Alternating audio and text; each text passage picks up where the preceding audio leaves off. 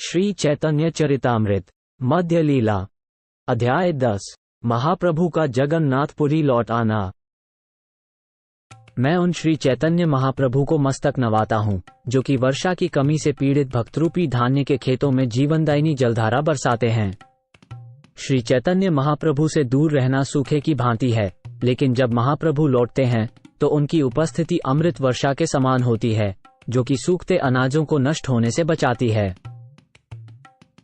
भगवान चैतन्य को नमन, श्री नित्यानंद प्रभु को नमन, अद्वैताचार्य को नमन और भगवान चैतन्य के सभी भक्तों को नमन। जय श्री श्री चैतन्य महाप्रभु दक्षिण भारत के लिए प्रस्थान करने लगे तब राजा प्रतापरुद्र ने सार्वभौम भट्टाचार्य को अपने महल में बुलाया। जब सार्वभौम भट्टाचार्य राजा से मिले तो राजा ने प्रामाणिक रूप से उनका स्वागत किया और श्री चैतन्य महाप्रभु के समाचार उनके मुंह से सुनने के लिए उत्सुकता से पूछा। राजा ने भट्टाचार्य से कहा, मुझे पता चला है कि बंगाल से एक महान व्यक्ति आए हैं और वे आपके घर पर ठहरे हैं। मैंने ये भी सुना है कि इस महान व्यक्ति ने आप पर बहुत बड़ी मेहरबानी की है। चाहे जो भी हो, यही बात मैंने बहुत से लोगों के मुंह से सुनी है। अब मेरी प्रार्थना है कि आप मुझ पर कृपा करके इस महान व्यक्ति से मेरी मुलाकात करवाकर मुझे सफल कर दें। भट्टाचार्य जी ने उत्तर दिया, जो कुछ भी आपने सुना है वह बिल्कुल सत्य है, लेकिन जहां तक मुलाकात करने की बात है उसका प्रबंध कर पाना काफी मुश्किल है। श्री चैतन्य महाप्रभु एक सन्यासी हैं और सांसारिक विषयों से पूर्ण रूप से विरक्त हैं। वे एकाकी स्थानों में रहते हैं और सपने में भी किसी राजा को दर्शन नहीं देते। फिर भी मैं आपका परिचय करवाने का प्रयास करता, लेकिन हाल ही में वे दक्षिण भारत के दौरे पर चले गए हैं। राजा ने पूछा, उन्होंने जगन्नाथपुरी को क्यों छोड़ा? भट्टाचार्य ने उत्तर दिया, महापुरुषों की लीलाएं ऐसी ही होती हैं। संत महात्माएं पवित्र स्थलों पर उनकी शुद्धि के लिए यात्रा करते हैं।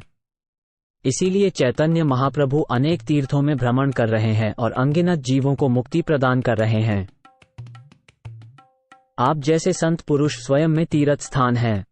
अपनी पवित्रता के कारण वे भगवान के नित्य साथी हैं और इसलिए वे तीर्थ स्थानों को भी पवित्र कर सकते हैं। वैष्णव तीर्थ स्थलों की यात्रा करते हैं ताकि उन्हें पवित्र किया जा सके और गिरी हुई आत्माओं को उभारा जा सके। यह वैष्णवों का धर्म है। दरअसल श्री चैतन्य महाप्रभु कोई जीव नहीं है, बल्कि स्वयं पूर्ण पुरुषोत्तम भगवान हैं। परिणामस्वरूप वे पूर्ण रूप से स्वतंत्र नियंत्रक हैं, फिर भी एक भक्त के रूप में वे भक्त के कार्य करते हैं। ये सुनकर राजा ने कहा, तुमने उन्हें क्यों जाने दिया?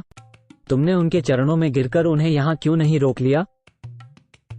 सार्वभौम भट्टाचार्य ने उत्तर दिया, श्री चैतन्य महाप्रभु पूर्ण पुरुषोत्तम स्वयं हैं और पूर्ण रूपेण स्वतंत्र हैं। भगवान श्री कृष्ण होने के कारण ही उनको किसी पर निर्भरता नहीं है। फिर भी मैंने उन्हें यहाँ रोकने का बहुत प्रयास किया, किंतु वे सर्वोच्च भगवान हैं और पूरी तरह स्वतंत्र हैं, इसलिए मैं सफल नहीं हो सका। राजा ने कहा, हे भट्टाचार्य, मेरे परिचितों में से आप सर्वश्रेष्ठ विद्वान एवं अनुभवी हैं। इसलिए जब आप श्री चैतन्य महाप्रभु को भगवान कृष्ण कहते हैं तो मैं इसे सत्य मानता हूँ। जब श्री चैतन्य महाप्रभु फिर से यहाँ पर आएंगे तब मैं उनकी दिव्य झांकी एक बार अवश्य पाना चाहता हूँ ताकि मेरे नेत्र कृतार्थ हो सकें। सार्वभौम भट्टाचार्य ने उत्तर दिया, श्री चैतन्य महाप्रभु शीघ्र ही लौटेंगे। मैं उनके लिए एक शांत और एकांत स्थान चाहता हूँ जहाँ उनका मन शांत रह सके। श्री चैतन्य महाप्रभु का निवास स्थान एकांत में हो और साथ ही जगन्नाथ मंदिर के पास भी हो। आप इस प्रस्ताव पर विचार करें और उनके लिए एक उपयुक्त जगह दें। राजा ने उत्तर दिया, तुम्हें जैसा चाहिए, काशी मिश्र का घर वैसा ही है। यह मंदिर के पास है और बहुत ही सुनसान, शांत और चुप जगह पर है। ऐसा कहकर राजा महाप्रभु की वापसी के लिए बहुत ही व्याकुल हो गए। तब सार्वभौम भट्टाचार्य राजा की इच्छा बताने काशी मिश्र के घर गए। जब काशी मिश्र ने ये सुझाव सुना तो बोले, मैं बहुत भाग्यवान हूँ कि सारे प्रभुओं के स्वामी श्री चैतन्य महाप्रभु मेरे घर ठहरेंगे। इस तरह जगन्नाथपुरी यानी पुरुषोत्तम के सभी निवासी श्री चैतन्य महाप्रभु से फिर से मिलने के लिए बहुत उत्सुक हो गए। जब जगन्नाथपुरी वासियों की महाप्रभु से फिर से भेंट करने की उत्कट इच्छा जागृत हो गई, तब महाप्रभु दक्षिण भारत से वापस लौट आए। महाप्रभु की वापसी के समाचार सुनकर सभी लोग अति प्रसन्नता से भर उठे और वे एकत्रित होकर सार्वभौम भट्टाचार्य के पास गए और इस प्रकार बोले, कृपया श्री चैतन्य महाप्रभु से हमारी मुलाकात की व्यवस्था करा दें। आपकी कृपा से ही हमें भगवान के चरण कमलों का आश्रय मिल सकता है। भट्टाचार्य ने लोगों से कहा, कुलदेव कल काशी मिश्र के घर में होंगे, तभी मैं तुम सबकी उनसे मिलने की व्यवस्था करूंगा। अगले दिन श्री चैतन्य महाप्रभु आए और बड़े ही उत्साह से सार्वभौम भट्टाचार्य के साथ भगवान जगन्नाथ के मंदिर में दर्शन के लिए गए। भगवान जगन्नाथ जी के सभी सेवकों ने भगवान का प्रसाद श्री चैतन्य महाप्रभु जी को खिलाया। बदले में चैतन्य महाप्रभु ने उन सभी को गले लगा लिया। भगवान जगन्नाथ के दर्शन के पश्चात श्री चैतन्य महाप्रभु मंदिर से बाहर आ गए। तत्पश्चात भट्टाचार्य उन्हें काशी मिश्र के घर ले गए।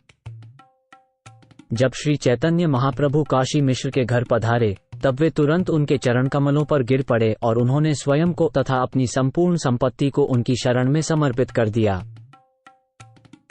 तब महाप्रभु ने काशी मिश्र को अपना 4 भुजा वाला रूप दिखाया। इसके बाद महाप्रभु ने उसकी सेवा स्वीकार की और उसे गले लगा लिया। तब श्री चैतन्य महाप्रभु स्वयं के लिए तैयार की गई गद्दी पर विराजमान हुए। उनके चारों ओर नित्यानंद प्रभु समेत सारे भक्तगण बैठ गए। अपने निवास को देखकर श्री चैतन्य महाप्रभु बहुत प्रसन्न हुए, जहां उनकी सभी आवश्यकताओं का ध्यान रखा गया था। सार्वभौम भट्टाचार्य ने कहा, ये जगह आपके सर्वथा अनुकूल है, कृपया इसे स्वीकार करें। काशी मिश्र की ऐसी ही आशा है। श्री चैतन्य महाप्रभु ने कहा, मेरा शरीर आप सबसे है, इसलिए आप लोग जो भी कहेंगे वो मुझे स्वीकार है। इसके बाद श्री सार्वभौम भट्टाचार्य ने भगवान की दाहिनी ओर बैठकर पुरुषोत्तम अर्थात जगन्नाथपुरी के सभी निवासियों का परिचय देना शुरू किया। भट्टाचार्य ने कहा, हे प्रभु, नीलाचल के ये सभी निवासी आपसे मिलने के लिए बहुत उत्सुक हैं। आपके न रहते ये सारे प्यासे चातक की तरह निराश और बेबस बैठे हैं। कृपा करके इन्हें अपनी शरण में लें। सार्वभौम भट्टाचार्य ने सर्वप्रथम जनार्दन का परिचय देते हुए कहा, ये भगवान जगन्नाथ का सेवक जनार्दन है। जब प्रभु के दिव्य शरीर का नवीनीकरण किया जाता है तो वो प्रभु की सेवा करता है। सार्वभौम भट्टाचार्य ने समझाया, ये कृष्णदास हैं, जिनके पास सोने की लाठी है, और यहाँ शिखी माहिती हैं, जो लेखन अधिकारी हैं।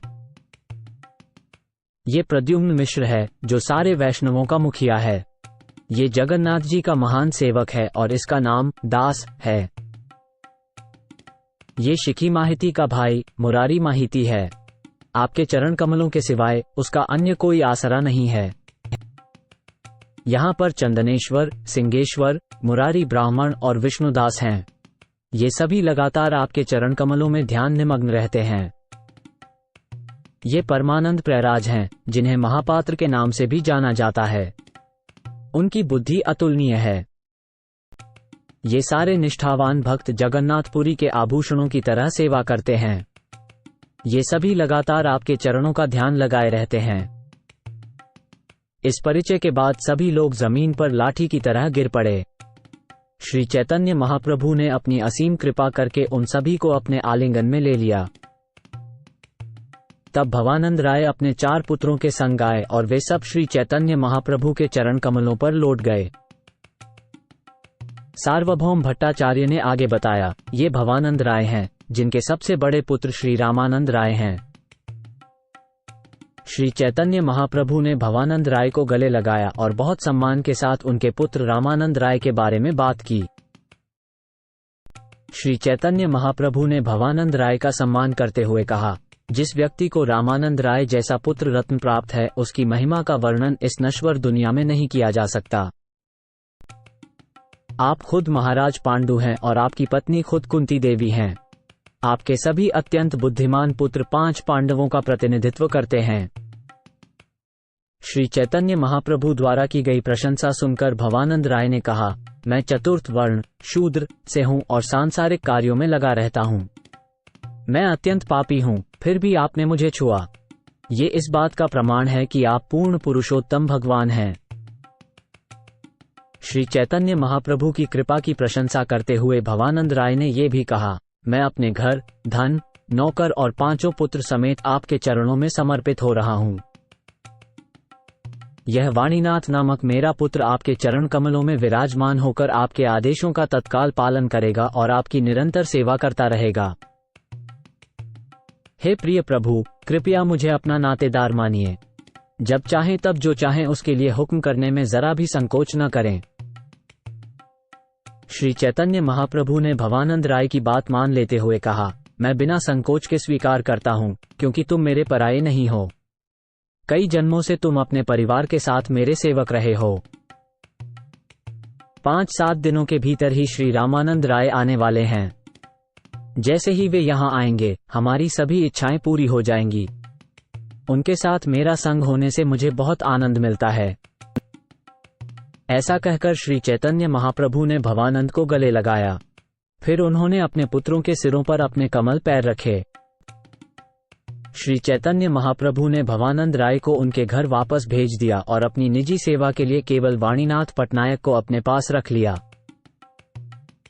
तब सार्वभौम भट्टाचार्य ने सभी लोगों को विदा लेने के लिए कहा। उसके बाद श्री चैतन्य महाप्रभु ने काला कृष्णदास को बुलाया, जो दक्षिण भारत की उनकी यात्रा में उनके साथ थे। श्री चैतन्य महाप्रभु ने कहा, हे भट्टाचार्य, उस मनुष्य के चरित्र पर विचार कीजिए जो मेरे साथ दक्षिण भारत गया था। मेरी संगति छोड़कर भट्टाचार्यों के साथ घुल मिल गया था, लेकिन मैं उसे उनकी संगति से छुड़ाकर यहाँ लाया हूँ। अब चूंकि मैंने उसे यहाँ लाया है, तो मैं अब उसे विदा कर रहा हूँ। अब वो जहाँ चाहे जा सकता है, क्योंकि अब मैं उसके लिए जिम्मेदार नहीं हूँ। महाप्रभु से अपने द्वारा किए गए कायराने व्यवहार के लिए बार बार क्षमा मांगने पर भी जब महाप्रभु ने उसे ठुकरा दिया तो काला कृष्णदास रोने लगा। परंतु श्री चैतन्य महाप्रभु ने उसकी कोई परवाह न करते हुए तुरंत अपना दोपहर का भोजन करने के लिए चले गए।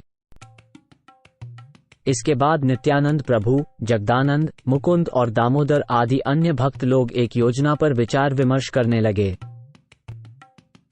महाप्रभु के चारों भक्तों ने सोचा, हमें ऐसा कोई व्यक्ति चाहिए जो बंगाल जाकर शची मां को श्री चैतन्य महाप्रभु के जगन्नाथपुरी आने की सूचना दे सके। श्री चैतन्य महाप्रभु के आने की खबर सुनकर अद्वैत और श्रीवास जैसे भक्तगण जरूर उनके दर्शन के लिए आएंगे। ये कहते हुए कि हम कृष्णदास को बंगाल क्यों ना भेज दें, उन सभी ने कृष्णदास को भगवान की सेवा में लगाए रखा और उसे आश्वस्त किया। अगले दिन सभी भक्तों ने श्री चैतन्य महाप्रभु से प्रार्थना की, कृपया बंगाल जाने के लिए एक व्यक्ति को अनुमति प्रदान करें। माता शची और अद्वैत प्रभु सहित सभी भक्तगण आपके दक्षिण भारत भ्रमण से लौटकर न आने के समाचार से अत्यंत दुखी हैं। बंगाल जाकर एक व्यक्ति जगन्नाथपुरी में आपके लौटने का शुभ समाचार उन्हें दे दे। ये सुनते ही श्री चैतन्य महाप्रभु ने कहा, तुम लोग जो भी ठीक समझो। इस तरह काला कृष्णदास को बंगाल भेज दिया गया और वहां भगवान जगन्नाथ जी का भरपूर प्रसाद बांटने के लिए दे दिया गया। तदनंतर काला कृष्णदास बंगाल गया, जहां प्रथम रूप से मां शची से मिलने के लिए वह नवद्वीप पहुंचा। शची मां के पास पहुंचकर काला कृष्णदास ने सबसे पहले उन्हें प्रणाम किया और महाप्रसाद भेंट किया।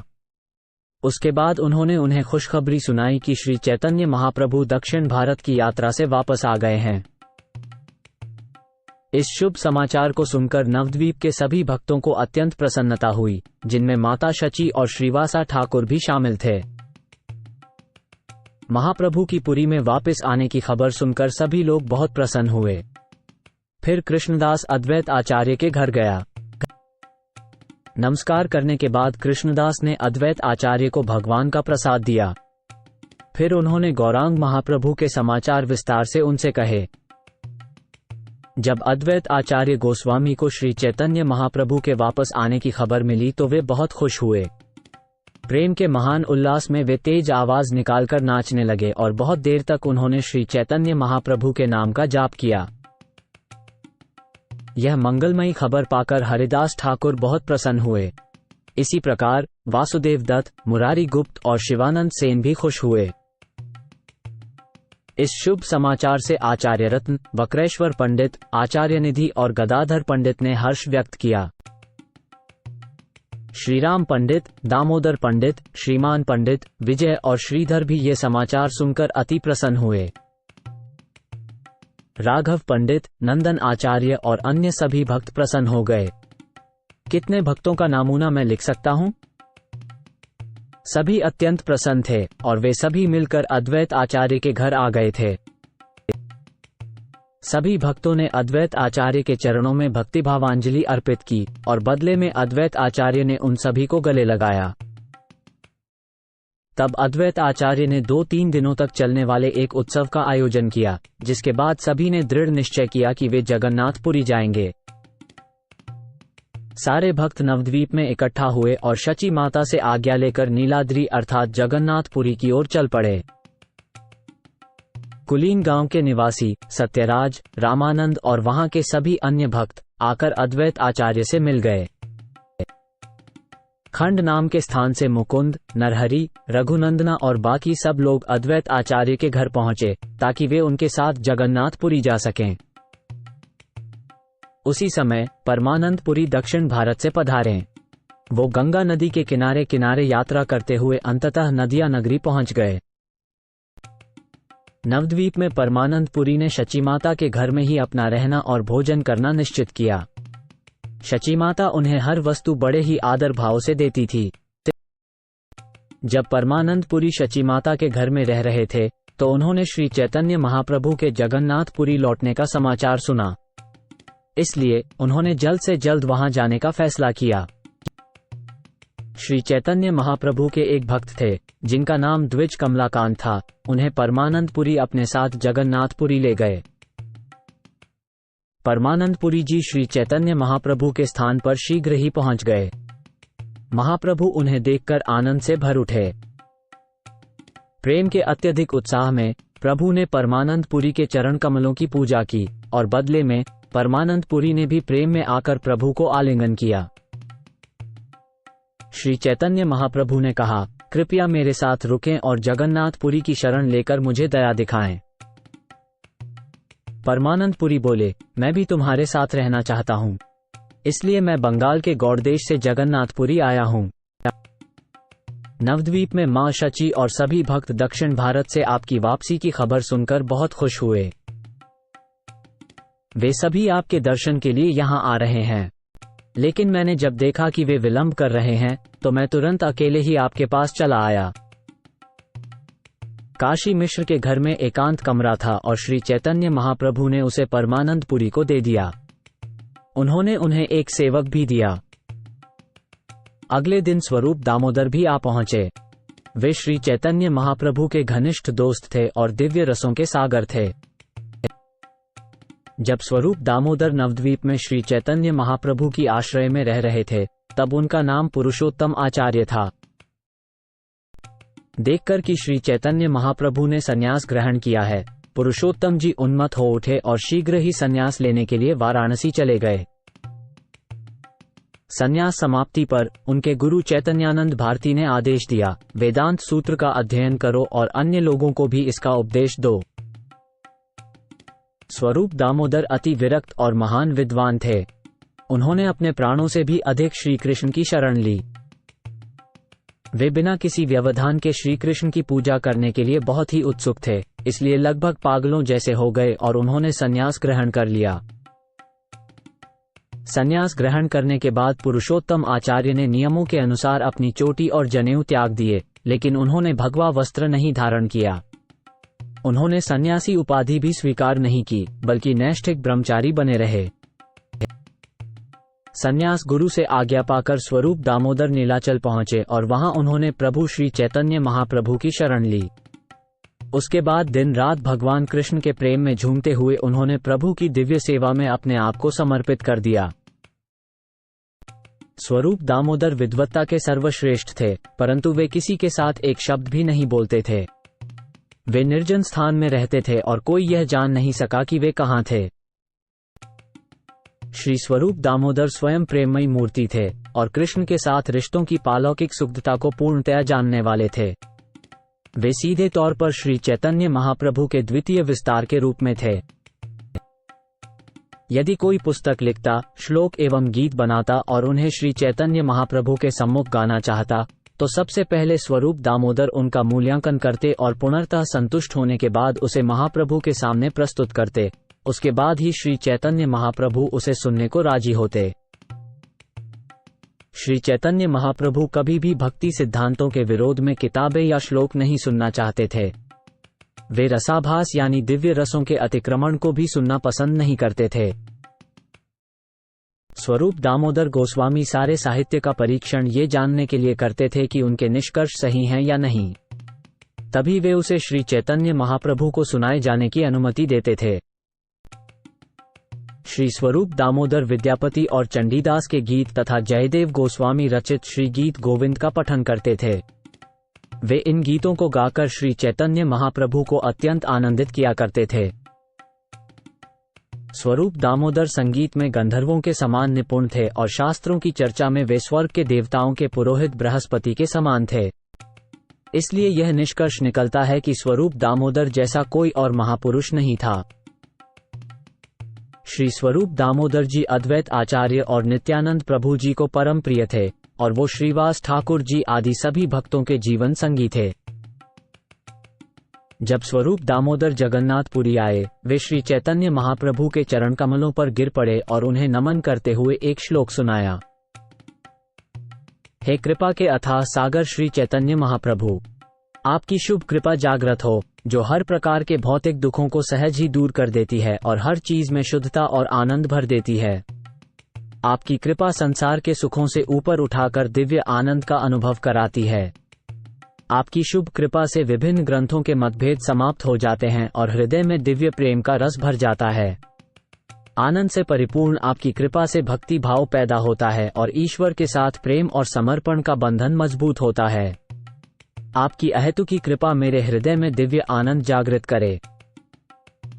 श्री चैतन्य महाप्रभु ने स्वरूप दामोदर को खड़ा करके अपने सीने से लगा लिया।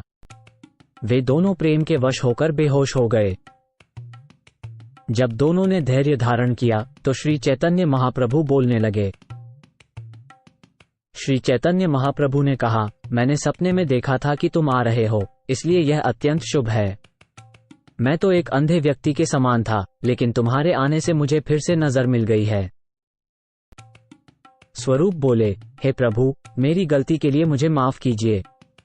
आपके साथ रहने की जगह मैं कहीं और चला गया और यह मेरी सबसे बड़ी भूल थी। हे प्रभु, मेरे अंदर आपके चरण कमलों के प्रति तनिक भी प्रेम नहीं है। यदि होता तो मैं दूसरे देश कैसे जा सकता था? इसलिए मैं सबसे बड़ा पापी हूं। मैंने आपके संग को त्याग दिया, पर आपने मुझे नहीं छोड़ा।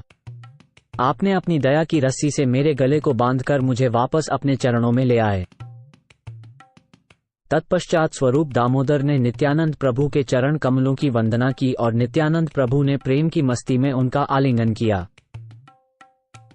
नित्यानंद प्रभु को पूजा अर्पित करने के पश्चात स्वरूप दामोदर यथासंभव जगदानंद, मुकुंद, शंकर और सार्वभौम से मिले। स्वरूप दामोदर ने भी परमानंदपुरी के चरण कमलों में अपनी पूज्य प्रार्थनाएं अर्पित की और बदले में परमानंदपुरी ने उन्हें प्रेम से गले लगा लिया। तब श्री चैतन्य महाप्रभु ने स्वरूप दामोदर को एक सुनसान स्थान में रहने का ठिकाना दिया और एक सेवक को आदेश दिया कि वह उन्हें पानी तथा अन्य जरूरी चीजें मुहैया कराता रहे। अगले दिन श्री चैतन्य महाप्रभु सार्वभौम भट्टाचार्य के साथ बैठे और कृष्ण जी की लीलाओं के बारे में चर्चाएं की। उसी समय गोविंद वहां आ पहुंचे। उन्होंने सविनय प्रणाम किया और कृष्ण से विनम्रतापूर्वक कहा, मैं ईश्वरपुरी का सेवक हूं। मेरा नाम गोविंद है। अपनी आध्यात्मिक गुरुदेव की आज्ञा का पालन करते हुए मैं यहां आया हूं।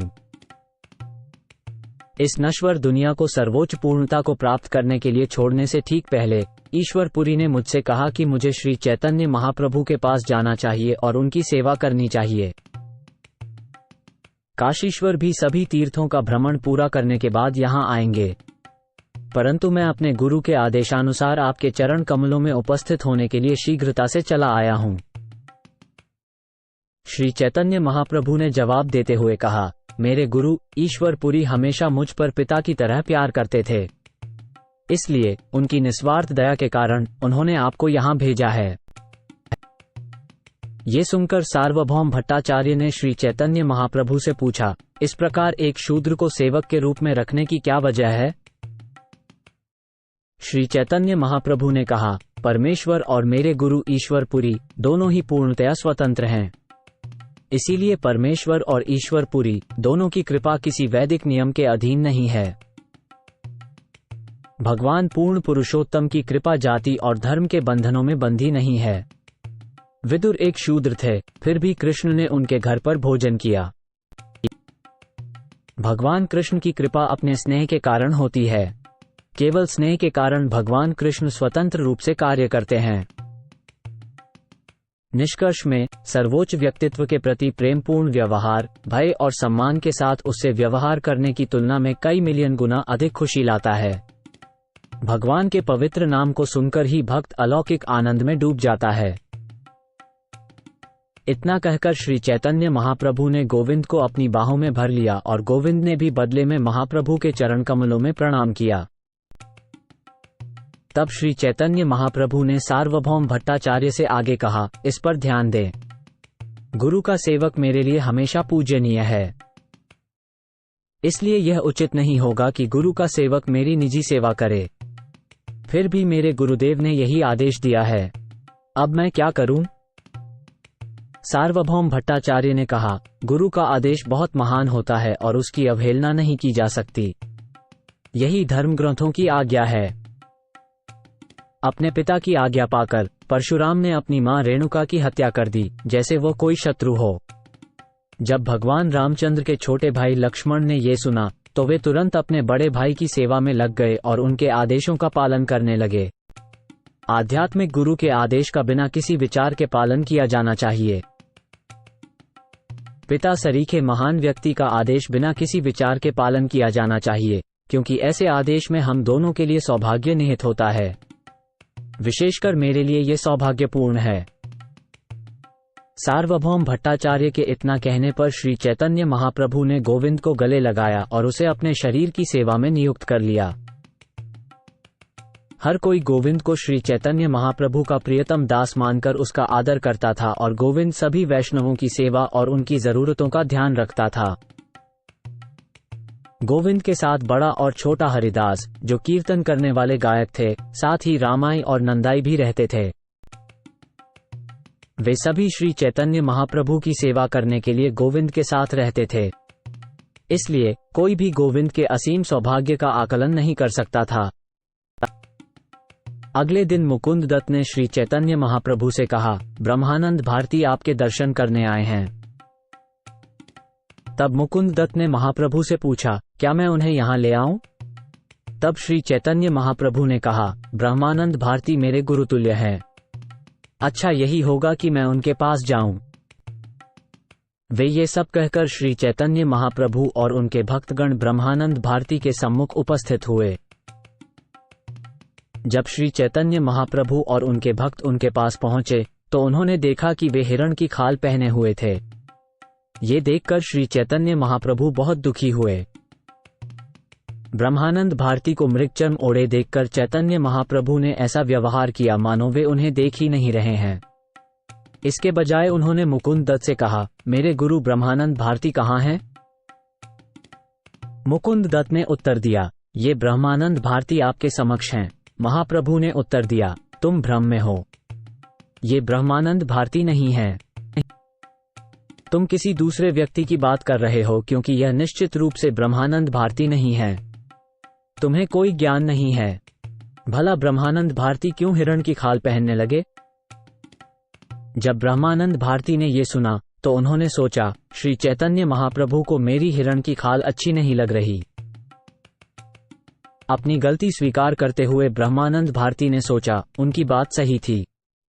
मैंने प्रतिष्ठा के लिए ही मृगचर्म पहना है। सिर्फ मृगचर्म पहनकर मैं अज्ञान के सागर को पार नहीं कर सकता। आज से मैं यह मृगचर्म न उतारूंगा। जैसे ही ब्रह्मानंद भारती ने यह निर्णय लिया, शास्त्रों की बातें भली भांति समझने वाले श्री चैतन्य महाप्रभु तुरंत उनके मन की बात जान गए और उन्होंने तुरंत एक सन्यासी के कपड़े भेज दिए। जैसे ही ब्रह्मानंद भारती ने अपने मृगचर्म को त्याग कर सन्यासी वस्त्र धारण किए, श्री चैतन्य महाप्रभु ने आकर उनके चरण कमलों में नमस्कार प्रकट किया। ब्रह्मानंद भारती ने कहा, आप अपने आचरण से आम जनता को सीख देते हैं। मैं कुछ भी ऐसा नहीं करूंगा जो आपकी इच्छा के विरुद्ध हो, वरना आप वयों को नमस्कार भी नहीं करोगे व मेरा तिरस्कार करोगे। मैं इस बात से ही भय खा रहा हूं। वर्तमान में मैं दो ब्रह्म देख रहा हूं, एक भगवान जगन्नाथ हैं जो अचल हैं और दूसरे ब्रह्म आप हैं जो गतिमान हैं। भगवान जगन्नाथ पूजनीय अर्चा विग्रह हैं और अचल ब्रह्म हैं, लेकिन आप श्री चैतन्य महाप्रभु हैं और आप इधर उधर घूमते रहते हैं। आप दोनों एक ही ब्रह्म हैं, अर्थात भौतिक प्रकृति के स्वामी हैं, लेकिन आप दो भूमिकाएं निभा रहे हैं, एक गतिमान और दूसरी अचल।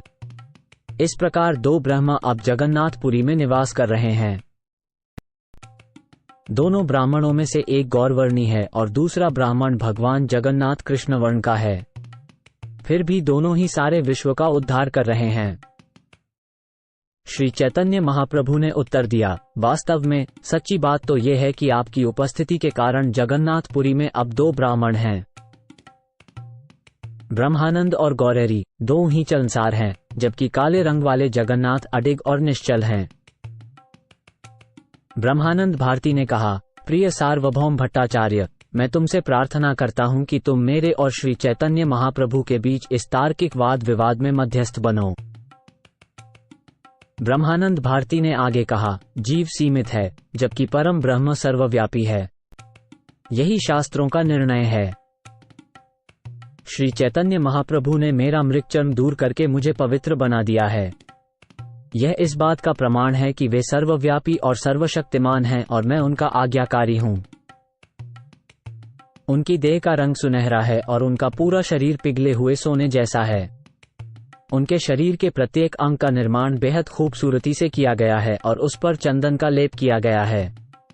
संन्यास ग्रहण करने पर प्रभु हमेशा संतुलित रहते हैं। वे हरे कृष्ण मंत्र के कीर्तन के अपने उद्देश्य में दृढ़ हैं और वे अपने द्वंद्वात्मक निष्कर्ष और अपनी शांति में मजबूती से स्थित हैं। विष्णु सहस्र नाम स्तोत्र के श्लोक में बताए गए सभी लक्षण श्री चैतन्य महाप्रभु के शरीर में स्पष्ट दिखाई देते हैं।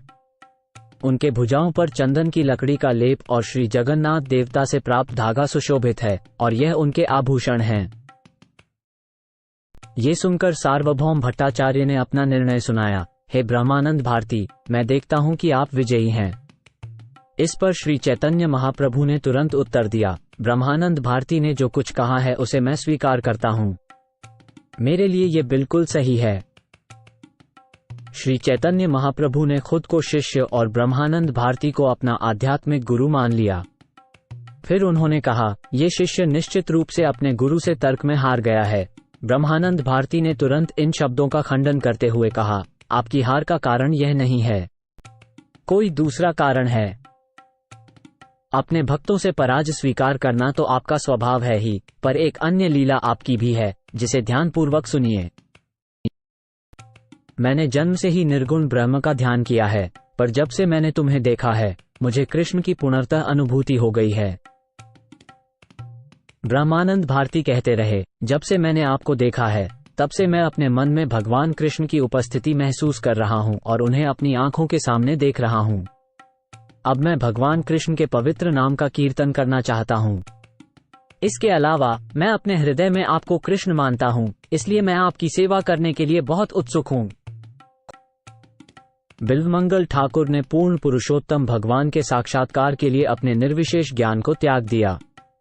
अब मैं देख रहा हूं कि मेरी दशा भी ठीक उन्हीं जैसी है, क्योंकि पहले से ही यह बदल गई है। ब्रह्मानंद भारती ने निष्कर्ष निकाला, हालांकि मेरी पूजा अद्वैत मार्ग पर चलने वाले लोग करते थे और मैं योग पद्धति द्वारा आत्म साक्षात्कार में दीक्षित था, लेकिन गोपियों से मजाक करने वाले एक चतुर बालक ने मुझे जबरदस्ती एक दासी बना दिया है। भगवान श्री चैतन्य महाप्रभु ने जवाब दिया, कृष्ण के प्रति आपका अगाध प्रेम है, इसलिए आप जहां भी देखते हैं, आपकी कृष्ण चेतना बढ़ती जाती है। सार्वभौम भट्टाचार्य ने कहा कि आप दोनों की बातें सही हैं। कृष्ण अपनी कृपा द्वारा साक्षात दर्शन देते हैं। कृष्ण के प्रति अत्यधिक प्रेम के बिना हम उनका सीधे दर्शन नहीं कर सकते। इसलिए श्री चैतन्य महाप्रभु की कृपा से ही ब्रह्मानंद भारती को भगवान के साक्षात दर्शन प्राप्त हो सके। श्री चैतन्य महाप्रभु ने कहा, अरे सार्वभौम भट्टाचार्य, ये तुम्हारा क्या कहना है? हे विष्णु, मेरी रक्षा करो। ऐसी स्तुति तो निंदा का ही दूसरा रूप है। इसके बाद श्री चैतन्य महाप्रभु ने ब्रह्मानंद भारती को अपने साथ अपने निवास स्थान ले गए। उस क्षण से ब्रह्मानंद भारती महाप्रभु के साथ रहने लगे। बाद में रामभद्र आचार्य और भगवान आचार्य भी उनके साथ आ गए और अपना हर उत्तरदायित्व त्याग कर श्री चैतन्य महाप्रभु की शरण में रहे। अगले दिन काशीश्वर गोसाई भी आ गए और श्री चैतन्य महाप्रभु के साथ रहने लगे। श्री चैतन्य महाप्रभु ने उनका बहुत सम्मान किया। काशीश्वर ही श्री चैतन्य महाप्रभु को जगन्नाथ मंदिर के भीतर लेकर जाते थे। वे महाप्रभु के आगे आगे भीड़ में रहते थे और लोगों को उनसे दूर रखते थे ताकि कोई भी उनका स्पर्श न कर सके। जैसे सभी नदियां समुद्र में मिलती हैं, वैसे ही पूरे देश के सभी भक्त अंततः श्री चैतन्य महाप्रभु के आश्रय में आने लगे। चूंकि सारे भक्त उनका आश्रय लेने लगे, अतः श्री चैतन्य महाप्रभु ने उन सब पर दया की और उन्हें अपनी रक्षा में रख लिया। इस प्रकार मैंने श्री चैतन्य महाप्रभु के साथ सभी वैष्णवों की मुलाकात का वर्णन किया है। जो कोई भी इन वर्णनों को सुनता है, वह अंततः उनके चरण कमलों की शरण प्राप्त करता है। श्री रूप और श्री रघुनाथ के चरण कमलों की प्रार्थना करता हुआ और उनकी कृपा की सदैव कामना करते हुए मैं कृष्णदास उनके चरण चिन्हों पर चलकर श्री चैतन्य चरितामृत का वर्णन कर रहा हूँ।